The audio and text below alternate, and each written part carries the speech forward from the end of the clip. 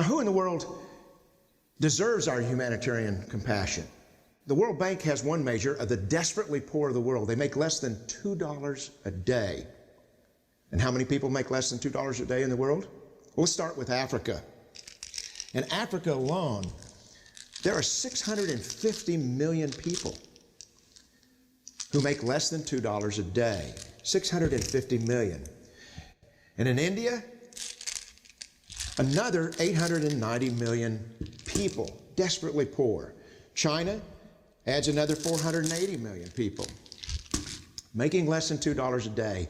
And unfortunately, the rest of Asia has a heartbreaking 810 million people who the World Bank says make less than $2 a day. And finally, there's 105 million of Latin America's population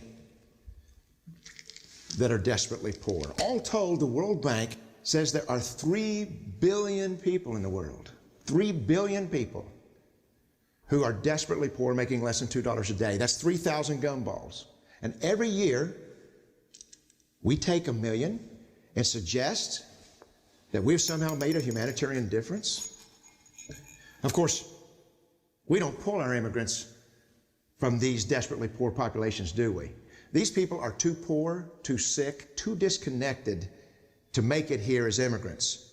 We tend to pull our immigrants out of the better off poor of the world, and Mexico tends to define the type of immigrant that we bring here because the plurality of people come from Mexico.